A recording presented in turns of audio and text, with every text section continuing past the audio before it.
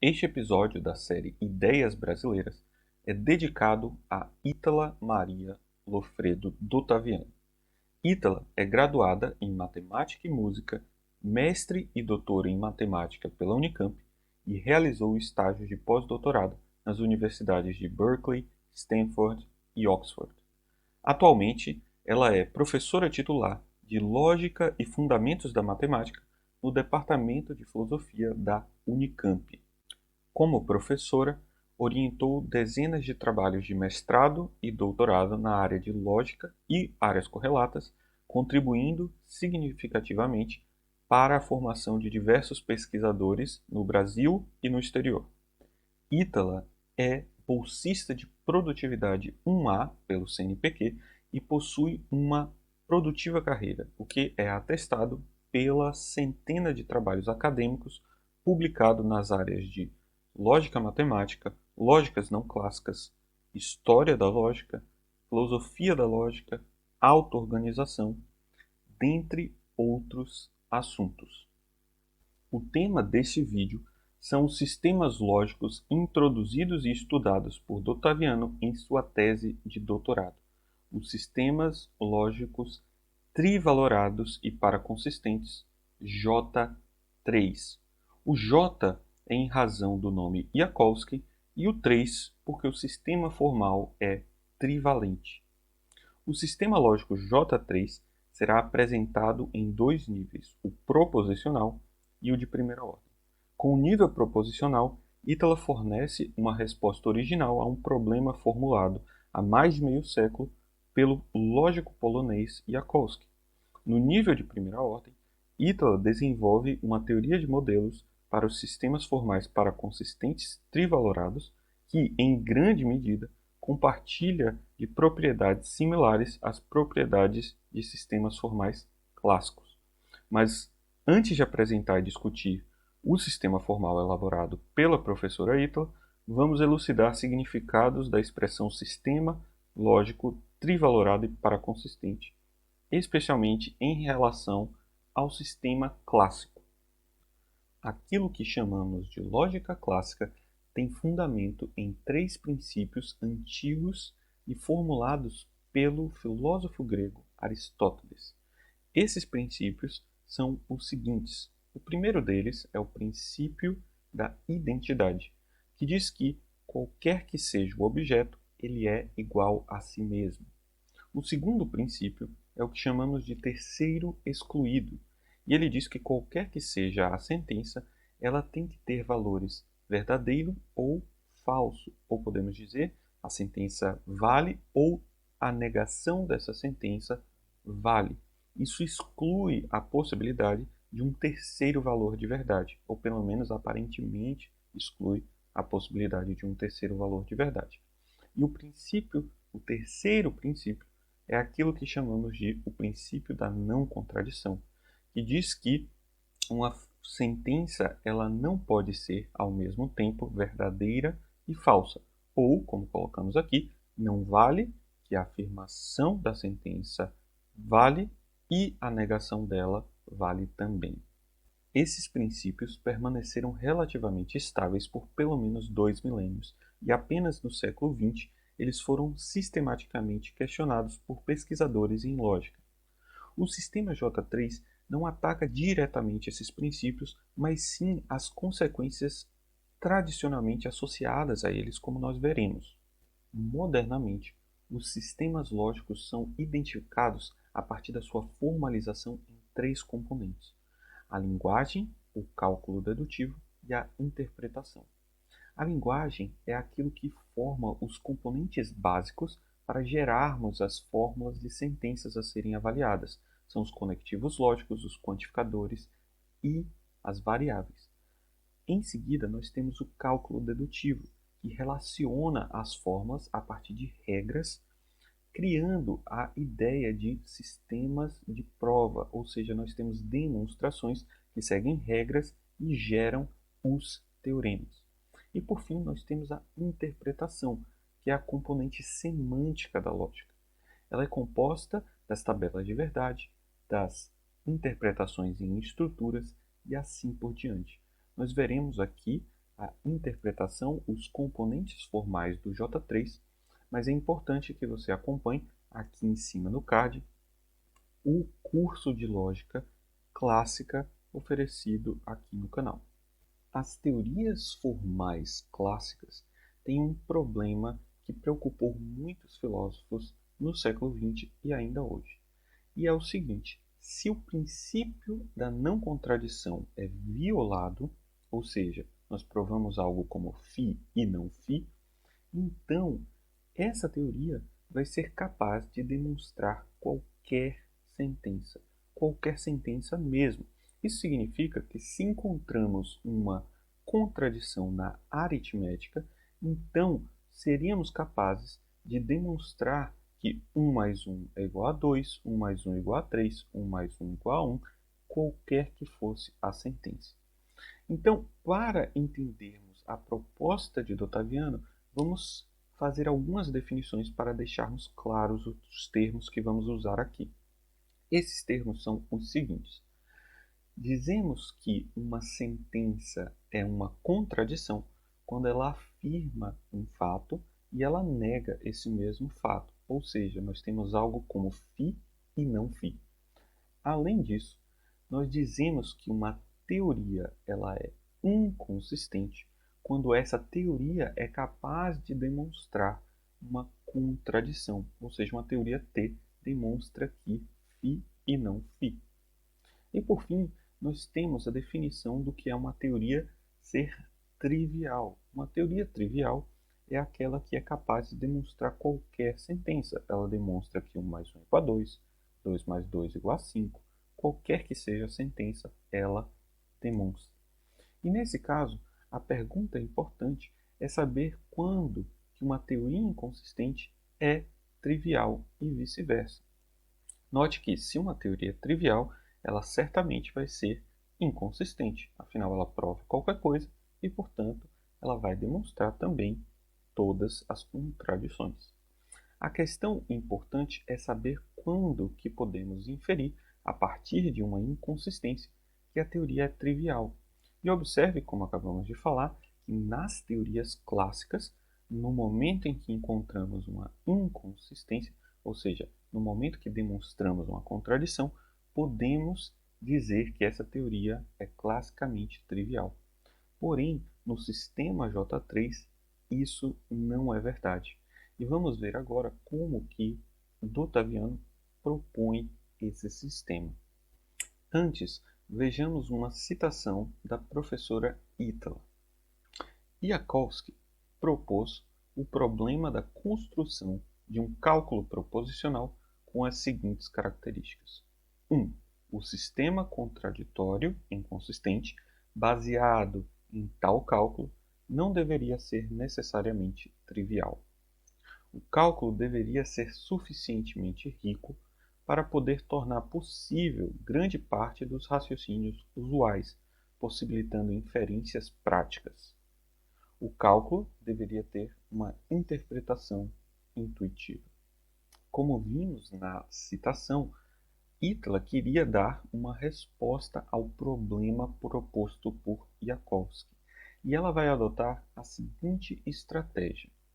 Partindo da ideia de que a lógica clássica é extremamente sensível a contradições, ou seja, a partir de uma contradição ela trivializa, então precisamos buscar uma forma mais aceitável de lidar com as contradições a partir da introdução de um sistema não clássico. Esse sistema não clássico, o J3, ele tem como bases os estudos em paraconsistência de Newton da Costa, que vimos aqui no canal, e o vídeo está aqui linkado no card, e tem também como inspiração os trabalhos em lógicas trivalentes propostos por Lukashevsky. Esses trabalhos, em conjunto, eles vão formar a base para a proposta da professora Ítala, chamada J3. Já falamos aqui no canal das propostas de lógicas paraconsistentes de Newton da Costa. Porém, ainda não falamos sobre os sistemas trivalorados de Lukashevsky. Falaremos aqui somente no que importa para a formalização do sistema J3. A ideia do Lukashevsky era formalizar a noção de possibilidade, ou seja, introduzir um operador, o triângulo, que faz ou representa a ideia de dizer que a sentença φ é possível ou é possível φ. E ao analisar filosoficamente esse conceito, ele chegou à conclusão de que era necessário incluir mais um valor de verdade. Então, a semântica proposta por Lukashevsky incluía 3 valores de verdade: o 0, o 1, representando os valores clássicos falso e verdadeiro, e um terceiro valor de verdade, o valor meio. E ao operarmos com o triângulo, nós temos como resultado o 0 quando φ é 0, 1 quando φ é 1 e 0 quando φ é meio. Não entraremos em detalhes de qual é a motivação do Lukashevsky de atribuir esses valores nesses casos. Deixamos isso para uma próxima oportunidade. Porém, é importante ressaltar que a estratégia de expandir o universo de valores de verdade tem diversas aplicações em diversas áreas. Ao incluirmos outros valores, independente de seu significado, podemos representar diversos fenômenos. E as aplicações desse tipo de estratégia são múltiplas. Nós temos aplicações na linguística, onde usamos o valor meio, por exemplo, para representar pressuposições implícitas.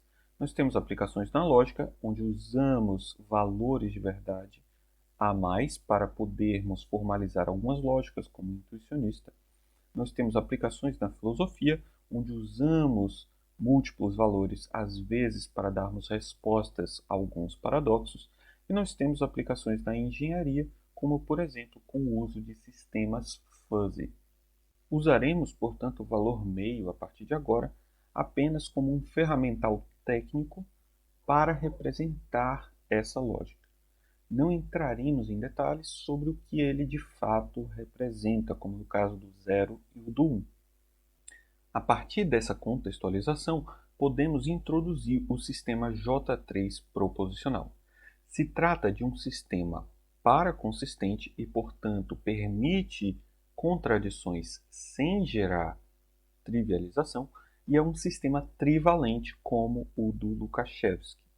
As fórmulas do sistema J3 são as variáveis proposicionais representadas por letras minúsculas e as fórmulas moleculares, como não P, não Q, possível P, possível Q e os demais conectivos proposicionais. Usaremos como conectivos básicos somente o não, o é possível e o ou. Os demais conectivos vão ser definidos a partir desses. E representamos fórmulas moleculares usando letras gregas, ou seja, as fórmulas não φ, é possível φ e φ e psi representam fórmulas moleculares onde o φ pode ser qualquer fórmula proposicional.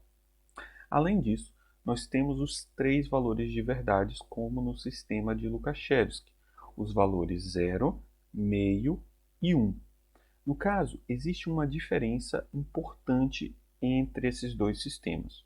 O 0 vai ser considerado falso e os valores meio e 1 significam que a fórmula é válida. Ou seja, quando encontramos uma fórmula com esses valores, diremos que a fórmula é válida. Esses são os valores designados.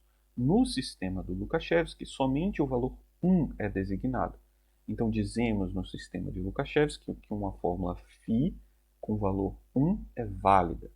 Mas no sistema J3, dizemos que a fórmula é válida tanto quando ela tem valor 1 quanto quando ela tem valor meio. Descrevemos agora a semântica para os conectivos proposicionais básicos, ou seja, a negação, a possibilidade e a adjunção. Começamos com a negação e a possibilidade e assinalamos os valores possíveis 0, meio e 1 para a fórmula φ. No caso, quando temos o valor φ 0, a negação vai ser 1 e a possibilidade vai ser 0. Quando temos valor meio para a fórmula φ, temos valor meio para a fórmula não φ e valor 1 para a possibilidade.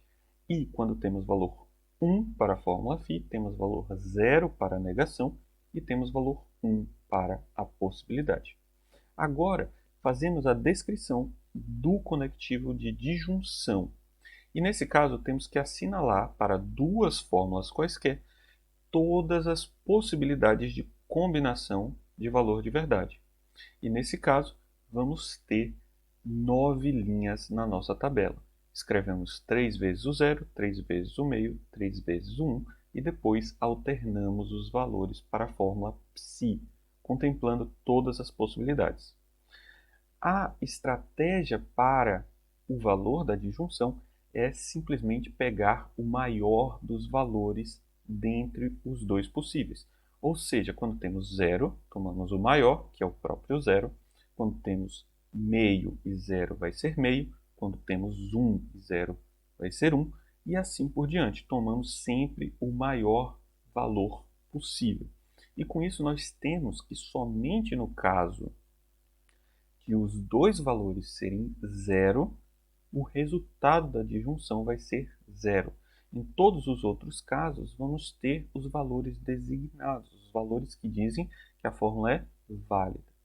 Porém, ainda assim, é importante perceber que temos outras combinações. Nós temos meio na segunda linha, nós temos meio na quarta linha e na quinta linha. A partir da semântica dos operadores básicos, vamos definir os demais operadores proposicionais. Vamos começar com o operador de negação forte, que é representado pelo símbolo de negação com um asterisco. Vamos também definir a necessidade, que é representada pelo triângulo virado para cima. E vamos aqui definir a conjunção, o operador de e. Vamos fazer isso a partir da tabela de verdade e em seguida mostrar quais são as representações com os conectivos básicos. A negação forte ela vai operar de modo semelhante à negação comum, mudando somente na interpretação do meio.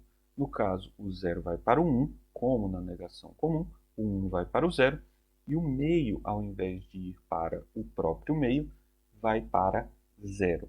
E para representar a negação forte, nós vamos usar a ideia de não é possível φ, ou seja, negar fortemente φ é o mesmo que dizer não é possível φ. O operador de necessidade vai atribuir 0 ao valor 0, vai atribuir 0 ao valor meio e 1 ao valor 1. E nesse caso, vamos ter a definição da necessidade como não é possível que não φ. E, para quem já estudou lógica modal, esse é exatamente o modo como tradicionalmente a possibilidade e a necessidade são duais. Descrevemos agora a operação de conjunção com uma tabela de verdade. Mas usaremos uma representação sintética das 9 linhas da tabela de verdade. No caso, usamos as linhas para representar os valores de φ e as colunas para o valor de ψ. Usaremos uma estratégia similar à disjunção para determinar esses valores. Na disjunção, tomávamos o maior dentre os dois valores atribuídos a cada uma das proposições. No caso da conjunção, usamos o menor dos valores atribuídos às proposições. E por isso, a primeira linha dessa tabela tem valores 0, porque φ tem valor 0. Na segunda linha, a primeira coluna vai ter valor 0, a segunda valor meio, a terceira vai ter valor meio. E na última linha, a primeira coluna tem valor 0, a segunda meia e a terceira 1. No caso, representamos esse valor, a conjunção, a partir do mesmo modo que fazemos em lógica clássica, usando De Morgan, ou seja, φ e ψ é representado por não, não φ ou não ψ. Fazemos agora a representação de mais três conectivos proposicionais: a implicação, a equivalência e a implicação de Lukashevsky, que é representada por uma seta com uma linha vertical. No caso, a tabela da implicação vai ter valor 1 quando o antecedente for 0 e vai ter o valor do consequente nos demais casos, ou seja, na linha meio e na linha 1 vai ter exatamente os mesmos valores da fórmula psi. A equivalência vai ter uma tabela muito semelhante no sentido de que ela representa exatamente a ideia de bi-implicação, ou seja, implicação de uma para a outra e da outra para uma. A implicação de Lukashevsky vai ter uma tabela muito semelhante, porém com uma alteração na segunda linha, ou seja, quando o antecedente é meio. Quando o antecedente é meio, ela vai receber valor meio somente quando o consequente for 0 e vai ter valor 1 nos demais casos. Agora, vejamos como representar isso a partir dos conectivos básicos. Nós vamos ter que a implicação ela representa a ideia de que ou não é possível o antecedente ou vale o consequente. A equivalência vai ser representada a partir da implicação, usando simplesmente a ideia de que implicação vale de φ para psi e vale de psi para φ. Para representarmos a implicação de Lukashevsky, definimos uma implicação intermediária a partir da ideia é possível não φ ou psi, e a implicação de Lukashevsky vai ser definida por vale φ implica com a implicação intermediária psi e não psi implica não φ com essa mesma implicação. Com isso, nós finalizamos a introdução dos conectivos, da semântica dos conectivos proposicionais para o sistema J3. Feita a apresentação da semântica dos conectivos para o sistema J3, veremos a axiomatização desse sistema. Mas faremos a axiomatização desse sistema usando outros conectivos como os conectivos base. No caso, usamos para a apresentação da semântica os conectivos base ou, não e é possível. No caso da apresentação dos axiomas, usaremos como conectivos básicos o não, a implicação de Lukashevsky e a necessidade. Observe que isso requer a demonstração de que os demais conectivos podem ser definidos a partir desses três, e deixamos isso como um exercício para quem está acompanhando o vídeo. Os axiomas de J3 têm formato similar a validades que observamos na lógica clássica. Vejamos o primeiro axioma de J3.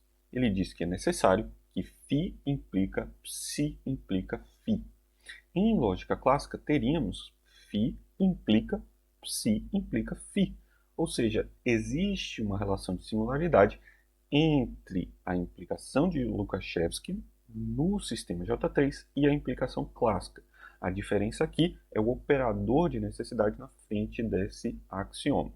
Observemos outro axioma de J3. Ele diz que é necessário que φ implica psi implica θ implica φ implica θ. Esse axioma ele fala sobre a transitividade da relação de implicação, da operação de implicação. Nós temos φ, psi, θ e no fim nós temos φ, θ. A relação é transitiva e isso também vale na lógica clássica, claro, sem o operador de necessidade. As demais regras também seguem um padrão semelhante. Aqui nós temos no terceiro axioma, nós temos que a operação de implicação ela inverte quando adicionamos a negação.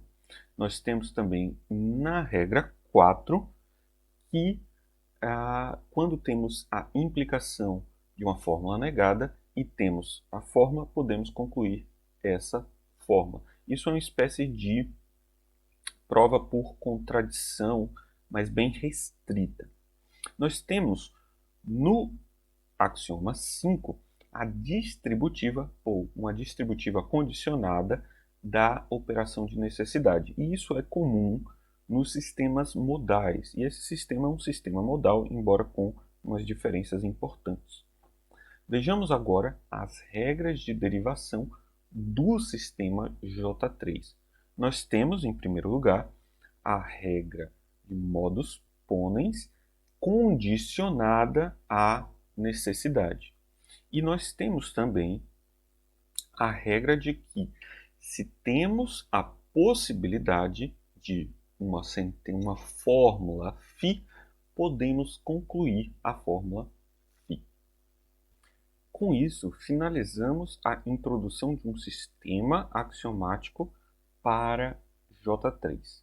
Não daremos ênfase ao método axiomático aqui nesse vídeo. Vamos falar agora sobre alguns aspectos semânticos e como que isso se conecta com os sistemas dedutivos de J3.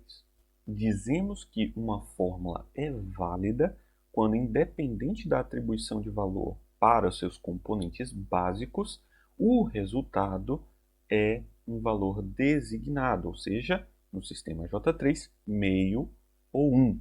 Isso é o que chamamos de tautologia na lógica clássica.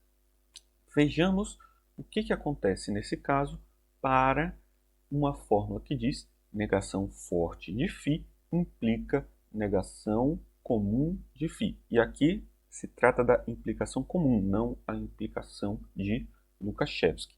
Vamos avaliar essa sentença. Primeiro, nós vamos atribuir as possibilidades de valores para o componente básico φ. E agora vamos fazer, usando as tabelas de verdade que já escrevemos, determinar os valores das fórmulas moleculares, das fórmulas complexas. No caso, a negação forte de φ vai ter valor 1 quando φ é 0 e 0 nos demais casos. A negação vai ser um pouco diferente, ela vai ter valor meio quando a fórmula φ é meio. E agora avaliamos a implicação dessa fórmula da negação de φ em não φ. E vamos ter, nesse caso, 1 para todos os valores. Observe, então, que independente de qual era o valor atribuído a φ, a fórmula que diz negação forte de φ implica negação de φ é sempre válida. Vamos agora avaliar uma fórmula inválida, ou seja, em alguma possibilidade de valor atribuído aos componentes básicos, teremos um valor que não é designado, no caso, o zero. O que vamos observar é que a ideia de inversão, atribuindo a negação na inversão, ou seja, temos φ implica psi, isso implica não psi implica não φ. Nós tínhamos um axioma semelhante, como vimos na tela anterior. Essa fórmula em específico ela não é válida. Ou seja, vamos encontrar linhas nessa tabela que não tem valor designado. Vamos fazer isso de modo organizado. Nós vamos separar em várias colunas dessa tabela os resultados obtidos a partir de cada conectivo. Primeiro, escrevemos todos os valores possíveis para as combinações de φ e psi. E, em seguida, começamos a fazer as operações sobre esses valores. Vamos obter, nesse caso, primeiro, avaliamos a negação, que vai ser valor 1 quando φ for 0, meio quando φ for meio e 0 quando φ for 1. A negação de psi vai seguir exatamente o mesmo padrão, atribuindo 1 quando é 0, meio quando é meio e 0 quando é 1. Agora avaliamos cada uma das implicações. Lembra que a implicação comum ela atribui valor 1 quando o antecedente é 0 e atribui o valor do consequente em todos os outros casos. E, portanto, as 3 primeiras linhas da primeira implicação vai ser 1 e depois reproduzimos o que acontece em psi. Fazemos esse mesmo padrão para as demais implicações e vamos operar tudo o que precisamos, concluindo com a implicação que ocorre aqui no meio. Temos que observar as duas implicações e vamos reproduzir exatamente esse padrão. 1 quando o antecedente é 0 e reproduz o consequente quando em todos os outros casos. Observe que vamos ter na linha 3 e na linha 6 o valor 0 e, portanto, essa fórmula é inválida. Exatamente nos casos em que φ tem valor 0 e ψ tem valor 1 e no caso em que φ tem valor meio e ψ tem valor 0. Podemos agora relacionar a ideia de validade em J3 ao sistema dedutivo que mostramos aqui no vídeo. Mas, claro, isso deve valer para qualquer sistema axiomático que caracterize J3. E essa é uma ideia muito importante que se prova em relação aos sistemas formais em geral, que é a ideia de que o sistema é correto e completo. Observe o que isso significa. Significa que se J3 demonstra uma fórmula, isso é equivalente a dizer que a fórmula é, de fato, válida. A primeira direção, a que diz que, ao demonstrarmos algo, sabemos que esse algo é válido, é o que chamamos de correção.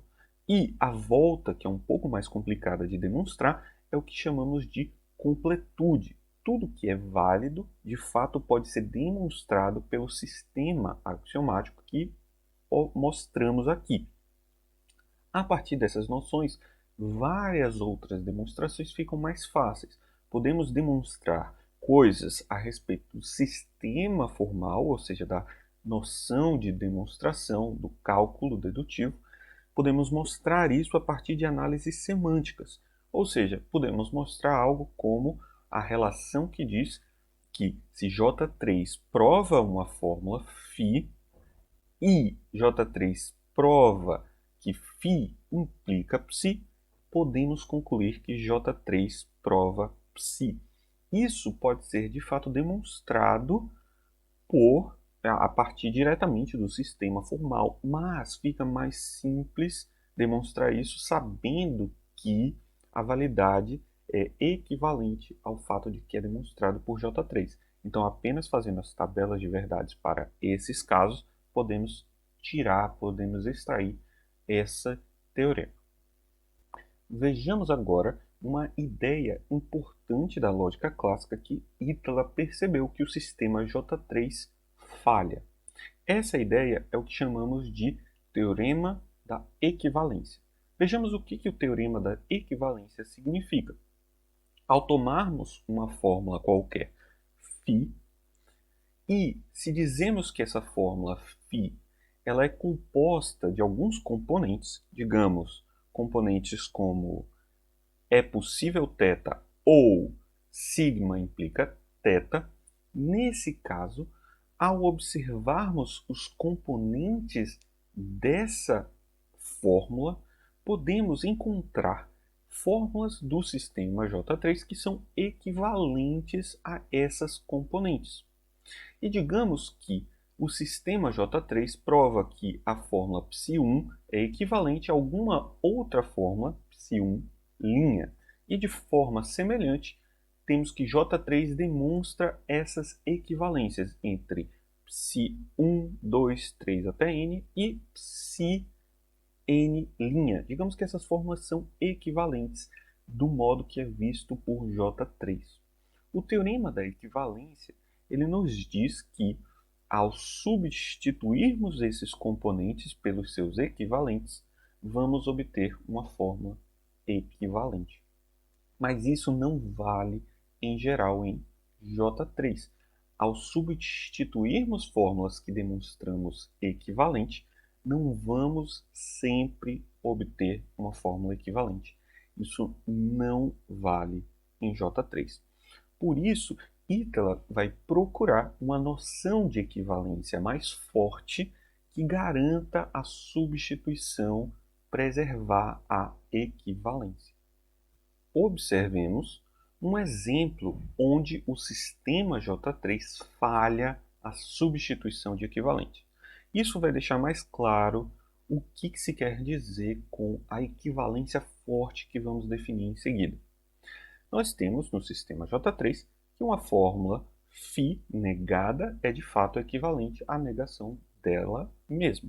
E isso pode ser feito a partir da observação da tabela de verdade, que vai resultar de fato em valores designados para todos os seus componentes. Vamos ter então que a equivalência vai ter valor 1, meio e 1 para a equivalência entre não φ e não φ. Agora, observemos que a fórmula ψ também é equivalente em J3 à fórmula é possível ψ. Isso pode ser dado pela equivalência, pela tabela da relação de equivalência. E nós temos, de fato, essa relação. Agora, vamos observar o que aconteceria com a substituição de equivalentes nesse caso. Nós temos duas fórmulas equivalentes, vamos substituir elas e vamos obter uma tabela que não tem todos os valores designados. Vamos substituir o que acontece na fórmula φ pelas fórmulas ψ e é possível ψ. E o resultado dessa substituição não vai nos dar todos os valores designados. Observem que quando a fórmula ψ tem valor meio, a equivalência não é o caso. Vamos então definir a equivalência forte que permitiu a Ítala demonstrar um teorema da equivalência. Observe que a ideia para fazer essa definição é dizer que a equivalência básica vale tanto entre as fórmulas como vale também entre as fórmulas negadas. Nesse caso, vamos dizer que φ é equivalente de modo forte a ψ quando φ e ψ são equivalentes e não φ e não ψ são equivalentes. Formulemos, então, de modo preciso o teorema da equivalência para J3. Se φ é uma fórmula de J3 e φ' é o resultado da substituição de fórmulas ψ1, ψ2, ψ3 até ψn, respectivamente por ψ1' até ψn', e J3 demonstra que cada uma das psis é equivalente fortemente às fórmulas ψ', então podemos dizer que φ é equivalente fortemente a ψ'. Esse é o teorema da equivalência em J3 demonstrada por Ítala do Ottaviano. Caracterizamos o desenvolvimento do sistema J3 de Ítala do Ottaviano a partir do teorema da completude e o teorema da equivalência para a equivalência forte demonstrado pela Ítala do Ottaviano. Agora podemos seguir com a apresentação de pelo menos 4 importantes ideias que também foram desenvolvidas pela Ítala. Primeiro, ela argumenta que esse sistema responde ao problema de Jakovsky. Ele pode ser um sistema base para uma teoria de primeira ordem e, portanto, também uma teoria de modelos. Podemos também seguir com o desenvolvimento da metateoria de J3 e a relação de J3 com outras lógicas proposicionais. Ela desenvolve isso em sua tese de doutorado e em diversos outros artigos. E você tem aqui na descrição do vídeo as referências para esse desenvolvimento aprofundado. Aqui continuaremos apenas com as duas primeiras ideias desenvolvidas pela Ítala.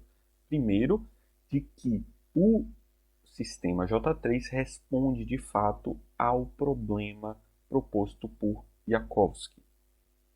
Itala sustenta que o sistema J3 responde aos requisitos do problema de Jakovsky. O primeiro deles é de que o sistema não trivializa na presença de contradições. E para demonstrarmos isso, basta que consigamos elaborar um exemplo onde uma contradição não implica alguma fórmula.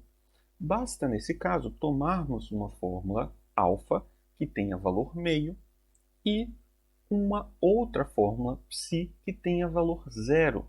Observamos que, a partir da análise das tabelas de verdade, temos que a implicação terá valor zero. Pelo teorema da completude, sabemos que J3 não prova que alfa e não alfa implica psi. Com esse exemplo, nós sabemos que o sistema J3 não trivializa na presença de qualquer contradição. Itala sustenta também que o sistema J3 responde ao segundo requisito do problema de Jakovsky, que o sistema é suficientemente rico.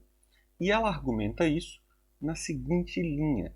Ela diz que o sistema é extensão não conservativa de dois sistemas muito naturais, o sistema Lukashevsky, com 3 valores de verdade, para os conectivos não e implicação de Lukashevsky, e para o sistema proposicional clássico, com os conectivos e ou implicação e bimplicação.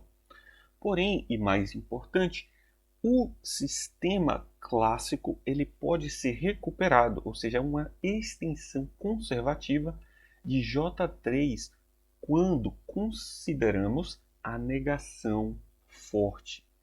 O sistema proposicional clássico é de fato uma extensão conservativa quando consideramos os conectivos de J3, a conjunção, disjunção, implicação, bimplicação e negação forte. Agora, ela argumenta que J3 tem uma interpretação intuitiva. E para isso vamos ver uma citação direta da professora Itala. J3 admite interpretações intuitivas. Por exemplo, consideremos uma teoria tal que, em sua formulação preliminar, possam aparecer contradições. Contradições essas que devem ser eliminadas em uma reformulação posterior. J3 pode ser usada como uma lógica subjacente dessa teoria, da seguinte forma. Entre os valores de verdade de J3, 0 pode representar o falso, 1 o verdadeiro, e meio pode representar o valor provisório de uma proposição A, de modo que A e a negação de A sejam teoremas da teoria em sua formulação inicial. Em uma reformulação posterior, o valor de verdade meio pode ser reduzido, pelo menos em princípio, a 0 ou a 1. Assim sendo, J3 é uma solução para o problema de Jakovsky. Introduzimos agora J3 de primeira ordem. E isso vai ser feito de modo muito similar ao que fazemos em primeira ordem.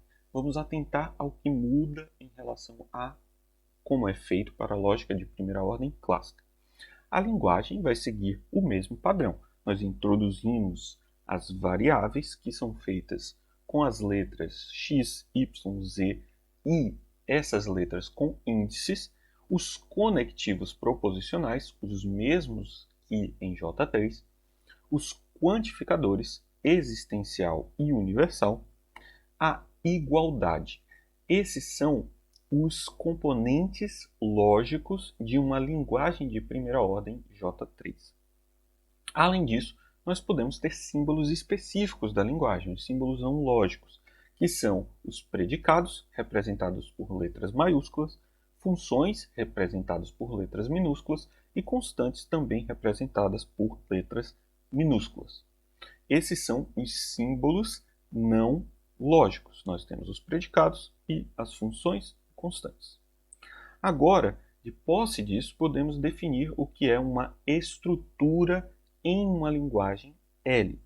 Uma estrutura em uma linguagem L é uma quádrupla ordenada. Uma quádrupla ordenada, por exemplo, A, que tem domínio A, que representamos por essa barra ao lado do A, uma interpretação para as relações, uma interpretação para as funções, uma interpretação para as constantes. Vamos fazer então um exemplo de uma L-estrutura. Definida uma linguagem L, e nesse caso precisamos apenas definir os símbolos não lógicos, porque os outros sempre estão presentes, composta de um predicado P, uma função G, uma função F e uma constante C. Digamos que o predicado P é um predicado binário, a função G, uma função binária, uma função F, uma função unária e C, uma constante. Nesse caso, uma L-estrutura A pode ser, por exemplo, um domínio nos números naturais, uma relação P interpretada na relação de maior ou igual dos números naturais, uma função unária F interpretada na relação de sucessão dos números naturais, a função G, que é binária, interpretada na soma, e a constante C, interpretada em algum número, por exemplo, o zero. Outra L-estrutura poderia ser uma estrutura B interpretada com domínio em Z, os números inteiros, uma relação P interpretada em divisibilidade entre dois números, uma função unária que toma um número e multiplica ele por 3, uma função binária representada pela multiplicação e uma constante C interpretada no número menos 1. Nesse caso, nós podemos agora entender uma relação de satisfabilidade na linguagem L. Podemos agora estudar esse tipo de relação e é isso que faremos a seguir. Definimos agora a relação de satisfação entre um modelo e uma fórmula de primeira ordem em J3. Vamos dizer que um modelo A satisfaz uma fórmula φ quando o valor de verdade atribuído a φ no modelo é meio ou 1. E de modo semelhante, A não satisfaz uma fórmula φ quando o valor de verdade atribuído a φ em A é 0. Nesse caso, vamos observar que funciona de modo semelhante ao que temos na lógica proposicional J3, e as composições vão seguir exatamente esse mesmo padrão. Além disso, nós temos que dizer que se um modelo satisfaz uma fórmula φ com um objeto do domínio substituído em uma variável, então vamos dizer que esse modelo também satisfaz, é possível, φ com esse mesmo objeto substituído na variável, por exemplo, x. E se o modelo não satisfaz a φ de A, então o modelo não satisfaz, é possível φ de A. Agora, finalizamos com a definição dos quantificadores, de como interpretar os quantificadores.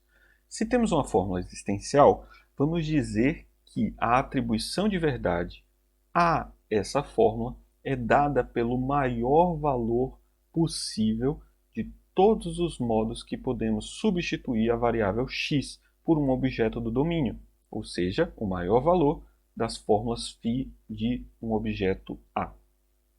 E para o quantificador universal, vamos dizer que atribuímos a fórmula para todo x φ, vamos atribuir o menor valor dentre todas as substituições de um valor x por um objeto do domínio. Aqui estamos omitindo alguns detalhes dessa apresentação, estamos apenas passando a ideia geral, o plano geral, E já temos no nosso ferramental os modos como operamos os conectivos booleanos de J3. Apresentamos agora o sistema axiomático para J3. Os primeiros 5 axiomas são os mesmos axiomas que temos para J3 proposicional e, portanto, vamos apresentar apenas os próximos axiomas. O primeiro axioma é o axioma que diz que vale o princípio da identidade, o princípio aristotélico da identidade, e, portanto, para todo x, x é igual a x. Além disso, nós temos o axioma da substituição, que diz que quando x é igual a y, podemos em uma fórmula substituir x por y. Isso é válido no nosso J3.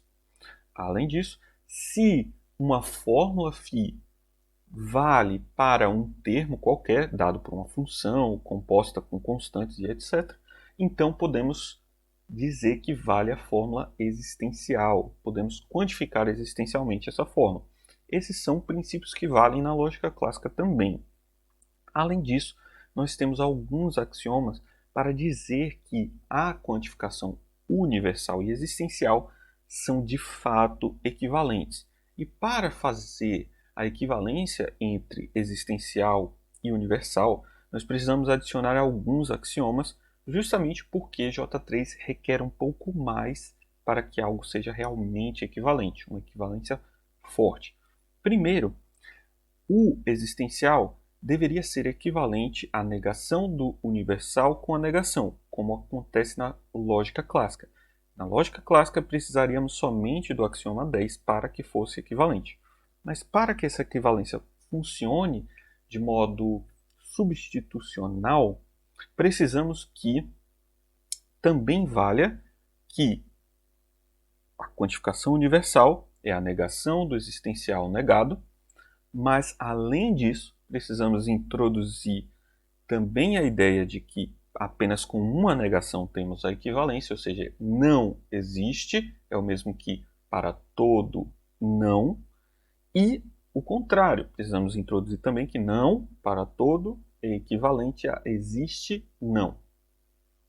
Além disso, introduzimos a ideia de como o existencial e o operador de possibilidade vão funcionar. Isso também é dado por duas equivalências.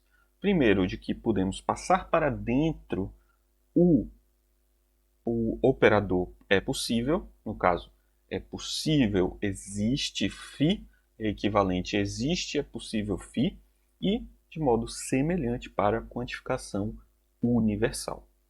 Além disso, além das regras que tínhamos para o sistema J3, precisamos introduzir mais duas regras. A regra que diz como introduzir um quantificador existencial, que vai funcionar de modo exatamente igual ao caso clássico, que é introduz-se um existencial em uma fórmula φ quando a consequência em uma implicação não tem uma ocorrência livre. E a introdução do quantificador universal no caso semelhante, mas invertido. Quando temos que psi implica φ, podemos concluir psi implica para todo x φ. Com isso, nós finalizamos a introdução do sistema de primeira ordem, o sistema dedutivo de primeira ordem de J3. Vimos no sistema proposicional que J3 enfrenta algumas dificuldades com relação à noção de equivalência, e não vai ser diferente para o caso de primeira ordem.